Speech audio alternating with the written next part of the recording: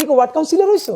আমি শুরু করছি এমপি দিয়ে, আমি তো একদিন জাতিসংঘের মহাসচিব হইতে চাই। আমাকে জিজ্ঞেস করে বললো যে তুমি নির্বাচন মানে এটা কি? আমি নির্বাচনে দাঁড়িয়েছি লিফলেটটা দিয়ে সালাম দিয়ে। কেন নির্বাচন করবা?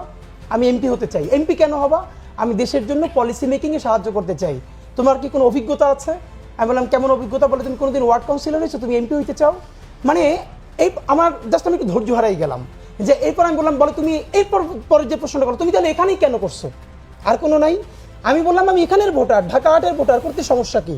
এরপর সে আমাকে বললো যে তুমি কি ওয়ার্ড কাউন্সিলর হইছো? আমি বলি ওয়ার্ড কাউন্সিলর আর এমপির কাছ তো এক না, আমি ওয়ার্ড কাউন্সিলর কেন? তারপর আমি বললাম আমি শুরু করছি এমপি দিয়ে, আমি তো একদিন জাতিসংঘের মহাসচিব হইতে চাই, সমস্যা নাই তো। তারপর সে দেখলাম খুবই ট্রিগার্ড হয়ে গেছে।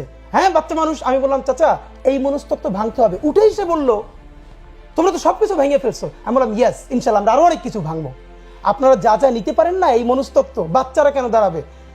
বাচ্চা বলতে আমি ছাত্র দলের বাচ্চাদেরকে বলি, শিবিরের বাচ্চাদেরকে বলি, বাংলাদেশের সমস্ত টিনেজারদেরকে বলি, জেনজিকে বলি। কিন্তু যে বাচ্চাদের হাত ধরে একটা ঐতিহাসিক গণ অভ্যুত্থান হলো, এটা তারা এখন মেন্টালি নিতে পারে না।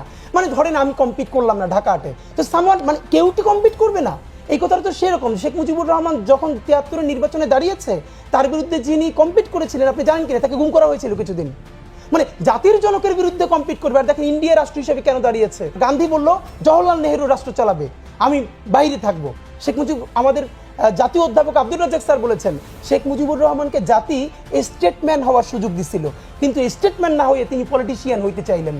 তো এখন ব্যাপার হলো আমাদের যে মনস্তত্ত্ব, এখন ব্যাপার হলো আমাকে তো সবাই পছন্দ করে কম বেশি, আবার আমাদেরকে ঘৃণাও করবে। আমার যদি কারো ভালোবাসার অধিকার থাকে, আমাকে কারো ঘৃণা করবার অধিকার থাকবে না? অফকোর্স থাকতে হবে। তো আমি মনে করি হ্যাঁ বিএনপির জন্য এইরকম না বলে বরং বিএনপির আরও বেটার পলিটিক্স বিএনপি করুক, জামাতের পলিটিক্স করুক।